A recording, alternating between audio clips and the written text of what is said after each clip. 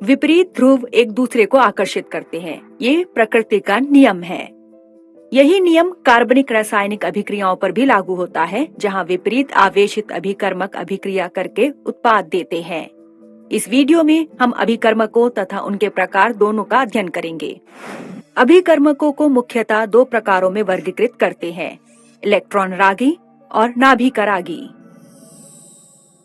एक इलेक्ट्रॉन रागी अभिकर्मक एक अणु अथवा आयन होता है जो इलेक्ट्रॉन न्यून होता है, जैसे हाइड्रोजन आयन, अथवा एक इलेक्ट्रॉन न्यून परमाणु जैसे बोरॉन ट्राइफ्लोराइड में बोरॉन। जब एक हाइड्रोजन आयन जिसमें कोई इलेक्ट्रॉन नहीं होता है एक अणु जैसे अमोनिया के संपर्क में आता है, तो यह अमोनिया अणु के इलेक्ट्रॉन समृद्ध क्षेत्र अर्थात नाइट्रोजन परमाणु पर आक्रमण करता है, जो एक इलेक्ट्रॉन युग्म को ग्रहण करके उपसहसंयोजी बंध बनाता है। हम जानते हैं जिनमें इलेक्ट्रॉन युग्म ग्रहण करने की प्रवृत्ति होती है लुईस अम्ल कहलाते हैं, अतः इलेक्ट्रॉन रागी लुईस अम्ल होते हैं। इलेक्ट्रॉन रागी अभिकर्मकों को फिर दो भागों में वर्गीकृत किया गया है। धनात्मक इलेक्ट्रॉन रागी, ये इलेक्ट्रॉन न्यून होते हैं तथा यह धनावेशित होते हैं। मेथिल ब्रोमाइड के विषमांश विखंडन पर विचार करें। विखंडन के दौरान इसके कार्बन एवं ब्रोमीन के मध्य बंध टूटता है तथा इलेक्ट्रॉनों का एक युग्म जो पहले कार्बन और ब्रोमीन के बीच साझित था, ब्रोमीन के साथ रहता है। इस प्रकार कार्बन के बाह्यतम कोश में 6 इलेक्ट्रॉन शेष रहते हैं। यह इलेक्ट्रॉन त्यागने के कारण इलेक्ट्रॉन न्यून एवं धनावेशित होता है। धनात्मक इलेक्ट्रॉन रागी के कुछ अन्य उदाहरण नाइट्रोनियम आयन, हाइड्रोनियम आयन और अन्य हैं। उदासीन इलेक्ट्रॉन रागी, ये इलेक्ट्रॉन न्यून प्रजातियां हैं, लेकिन इनमें कोई आवेश नहीं होता है। बोरॉन ट्राइफ्लोराइड के एक अणु पर विचार करें। बोरॉन का इलेक्ट्रॉनिक विन्यास 2,3 है। यह अपने 3 बाहरी इलेक्ट्रॉनों में से प्रत्येक को फ्लोरीन परमाणु के साथ साझा करता है, जिससे 3 सहसंयोजी बंध बनते हैं। अतः केंद्रीय बोरॉन परमाणु में 6 इलेक्ट्रॉन होते हैं तथा इसे अष्टक पूरा करने के लिए 2 इलेक्ट्रॉनों की आवश्यकता होती है। इसलिए बोरॉन ट्राइफ्लोराइड एक इलेक्ट्रॉन रागी के रूप में कार्य करता है, परंतु इसमें कोई आवेश नहीं होता। उदासीन इलेक्ट्रॉन रागी के कुछ अन्य उदाहरण हैं एल्युमिनियम क्लोराइड, फेरिक क्लोराइड और सल्फर ट्राइऑक्साइड। नाभिकरागी अभिकर्मक, इनमें एक अणु या एक आयन होता है जिसमें इलेक्ट्रॉन समृद्ध क्षेत्र होता है।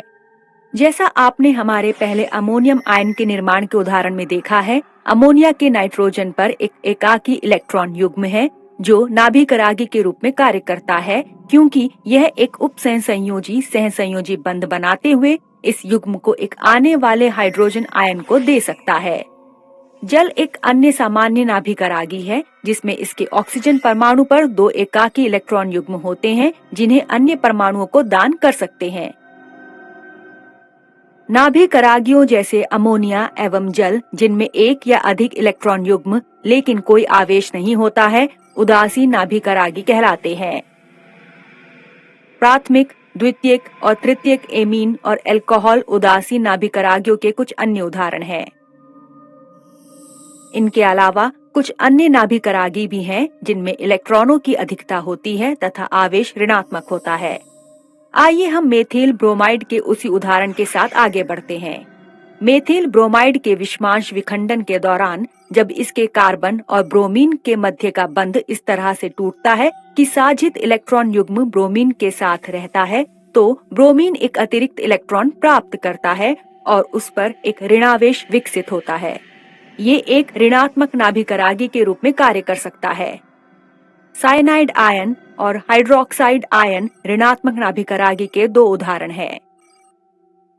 लुईस सिद्धांत के अनुसार नाभिकरागी को लुईस क्षार मानते हैं क्योंकि वे इलेक्ट्रॉन युग्म दाता है। सारांश, हमने सीखा है इलेक्ट्रॉन रागी एक इलेक्ट्रॉन न्यून स्पीशीज है जो अन्य कार्बनिक अणुओं के इलेक्ट्रॉन समृद्ध क्षेत्र पर आक्रमण करती है। इलेक्ट्रॉन रागी अभिकर्मकों को पुनः 2 प्रकारों में वर्गीकृत किया जाता है, नाभिकरागी इलेक्ट्रॉन समृद्ध स्पीशीज हैं जो अन्य अणुओं को इलेक्ट्रॉन युग्म दान कर सकती है। नाभिकरागी अभिकर्मकों को पुनः 2 प्रकारों में वर्गीकृत किया जाता है। आप विषमांश और समांश बंध विखंडन से परिचित हैं? क्या आप जानते हैं कि इस विखंडन प्रक्रिया के कारण विभिन्न प्रकार की स्पीशीज बनती हैं? इन्हें अभिक्रिया मध्यवर्ती कहा जाता है। क्या मध्यवर्तियों के बारे में जानते हैं? जानने के लिए वीडियोस देख